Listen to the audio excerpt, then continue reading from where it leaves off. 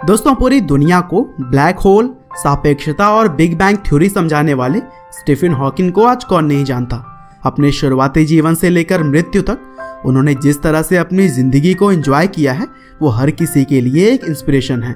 क्योंकि 8 जनवरी 1942 को इंग्लैंड के ऑक्सफोर्ड में जन्म लेने वाले स्टीफन को महज 21 साल की उम्र में ही एक ऐसी बीमारी हो गई थी जिसके चलते उनके शरीर के अंग धीरे धीरे काम करने बंद कर दिए थे और डॉक्टर्स ने भी यह कह दिया था कि अब हॉकिंग ज्यादा महीनों तक जिंदा नहीं रह पाएंगे।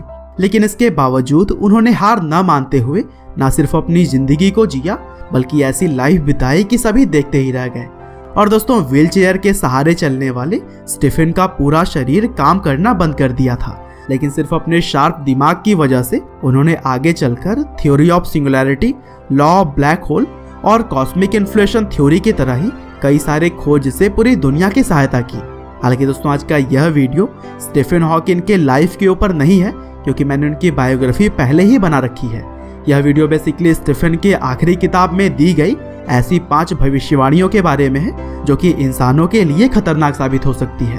दरअसल स्टीफन के मृत्यु के बाद से उनके आर्टिकल के कलेक्शंस को एक किताब brief answers to the big question में पब्लिश किया गया था, जिनमें कि उन्होंने हमारे जीवन से जुड़े हुए कुछ सवालों के ऐसे जवाब दिए जो कि काफी डरावने थे।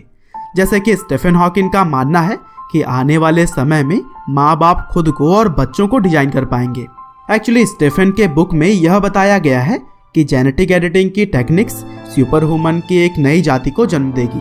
मतलब कि बहुत सारे पैसे वाले लोग अपने जीन्स में एडिटिंग करके किसी खास गुण को पा सकेंगे और रही बात बुराई की तो वह भी डिलीट कर पाएंगे। और दोस्तों, ऐसे में साधारण लोग इनसे कमजोर साबित होकर खत्म होते जाएंगे।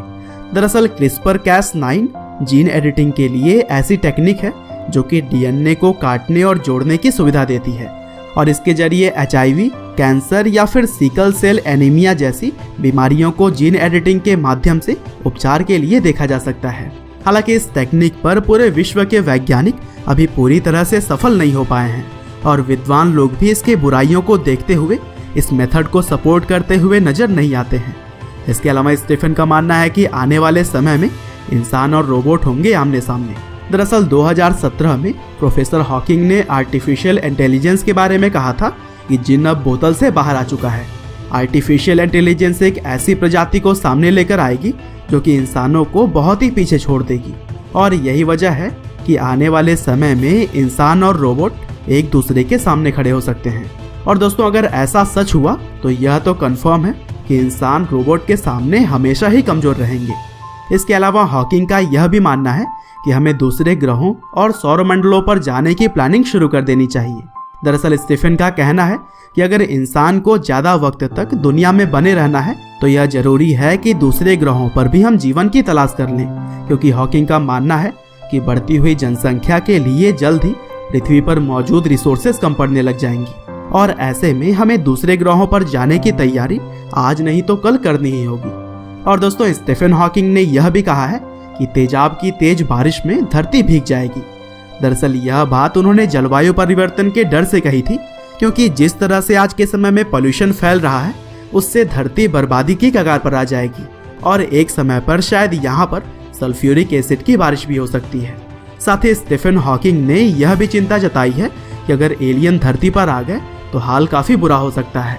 दरअसल उनका मानना है कि अगर हमारा दुनिया के बाहर के जीवों से संपर्क होता है तो इसके परिणाम अच्छे नहीं होंगे, क्योंकि एलियंस शायद हमसे भी ज्यादा एडवांस हो सकते हैं और ऐसे में हम इंसानों पर मुसीबत आ सकती है।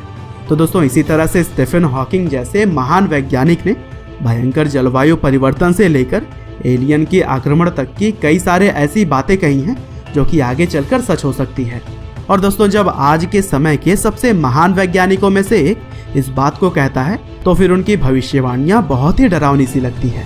और दोस्तों, आप लोगों का स्टीफन हॉकिंग के इस प्रेडिक्शन पर क्या राय है हमें कमेंट करके जरूर बताइएगा। आपका बहुमूल्य समय देने के लिए बहुत बहुत धन्यवाद।